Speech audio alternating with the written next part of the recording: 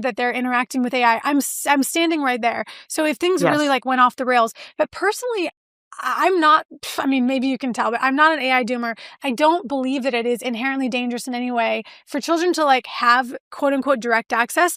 I think the only dangerous thing, it's a little bit like screens. Like the dangerous thing is what we might stop doing. Like it's not adding in the AI conversations. The dangerous thing is someone adding AI conversations and assuming that now they don't need to ever read a bedtime story to their child. Or to me, like, there's a little bit of common sense. Like, AI is not inherently dangerous. AI is incredible. It's like saying the internet is bad or electricity is bad. Like, these are fundamental technologies.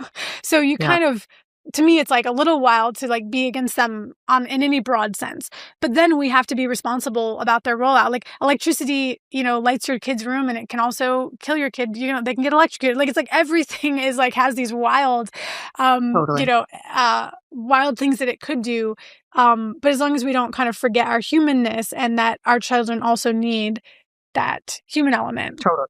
The physical device part is this big question mark for me. I've been playing with e-ink a lot. E-ink. I don't know exactly why, but e-ink, it just is less addictive feeling. Like the like I have the daylight display, which is kind of like an iPad but e-ink, and it does have touch. That's what makes it kind of more iPad like. So I've been developing some apps for that display, like handwriting. I'm working on a cursive handwriting. My kids are not ready for cursive, but I know that when they get ready, I'm gonna be like, you need to know cursive. So I want to like pre-make this. Like I have this image of this beautiful cursive app. And so I'm thinking like, the e-ink display would be so cool for that. And what's interesting, and I already do little phonics lessons with it, but what's interesting is like if I give them the iPad, there is this little iPad hangover. Like they want to hold, like, they're like holding onto it a little bit when I'm like trying to get it back after a lesson, right? They're like, I could do photos, or I could do this, I could do that. Right. What's interesting about the e-ink is they just readily hand it back. Like there's something there. Interesting. I'm playing more with e-ink, but I also think that there's other form factors of maybe devices that take photos and kids could ask about the photos. Like there's just stuff. Like I think that because now we have this Promethean like technology of the AI, like the question is, how do we get it into kids' hands? But I mean, like literally how? Like what's because we're all hesitant to hand our kid the iPad, and laptops are like, difficult for little kids. So anyway, sometimes I'm thinking like, okay, literally, like, what is the right form factor for this? So I have to ask, just because I would buy that product that you're thinking of creating / created. How do you think about, would you productize any of this and, dare I say, start another startup? I mean, you literally are a founder. So curious how you're thinking about that, or how do you proliferate this? Yeah. It takes a lot of self-control to not be starting a company right now. Because I'm like every moment that I see like all the new AI stuff, I'm like, oh my gosh, you guys, it's like, so I can't believe I didn't have this when I was running my startup. Like I'm just kind of like losing my mind at all times. But I'm scratching the itch by doing all of this agent work and everything for my life. So the answer is, I want to share. So there's like a double-pronged answer. There isn't an immediate company that I'm like cooking up that is on the horizon, but I do want to share all of this stuff. I do also think that and this is interesting, and this for both of you to have deep thoughts on as well, I'm sure. I think we're in a really different era of like, what is a startup? Like, because it's possible that me as a person who, is basically like coding by voice note while I'm like at the park with my kids, it's possible I could build something meaningful, in that amount of time.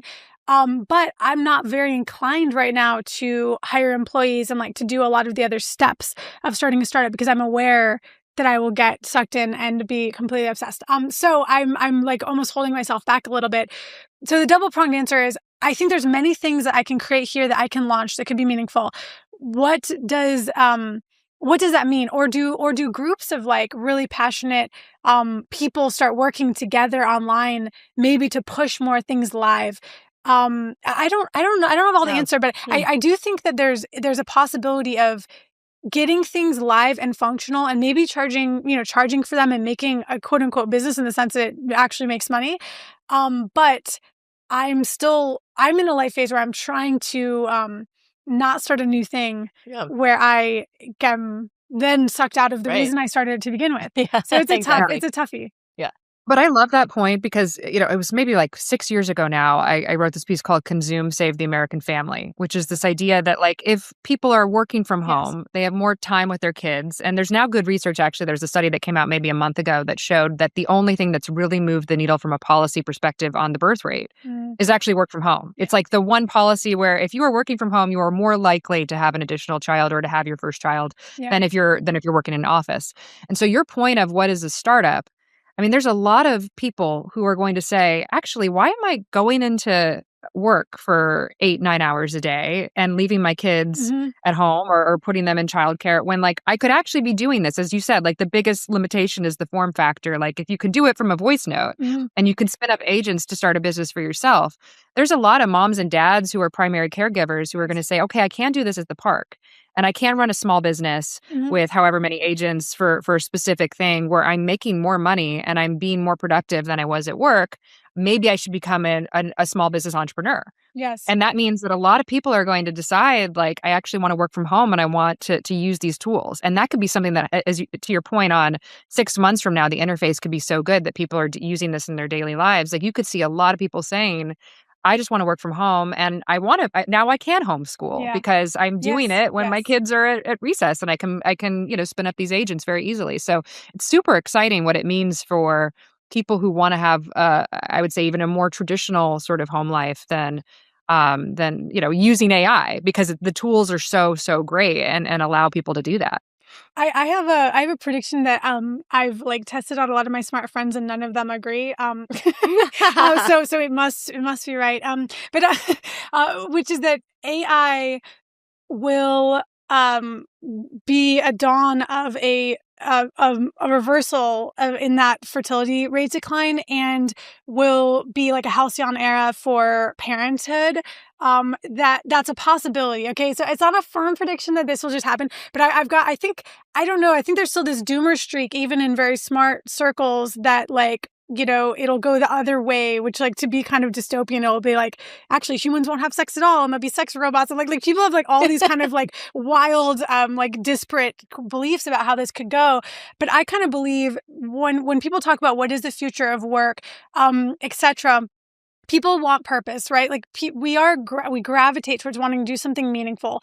Well, I've got a little bit of a micro news flash, which is one of the most meaningful things that humans have gravitated towards that gives a feeling of a life's purpose that has been a forever thing, is having kids.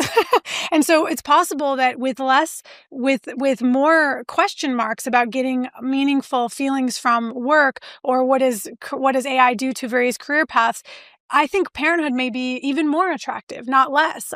And then if you believe some of the more positive aspects of where AI could leave us in terms of removing drudgery and admin from our lives and creating some more abundance in various ways, then that opens up more opportunities for healthy parenthood and spending time with kids. So I'm like, I've got this weird hypothesis, and again, I've yet to find someone who will like really agree. Like, everyone's like, that's never gonna happen. I think I'm in broad agreement with you on this. Because I've always said the worst thing about parenthood, no, I think you agree with this, the worst thing about parenthood is the number of forms you have to fill out. It's like with every additional child, for some reason, exponential growth in the forms. It's like, why are there so many freaking forms? From like healthcare forms to school forms, right? And if you could just get rid of the forms. And it starts at the hospital. It starts within moments of like birthing the child. They're like, here's the diaper, like checklist thing. Here's a clipboard for you to note down. It's kind of wild. It starts like literally immediately. So I agree. I'm clearly very optimistic, but I think that a lot of the wilder things I'm doing could be played with by anyone now or very soon. It's just all these things are kind of going to get easier and easier. And so what does that mean?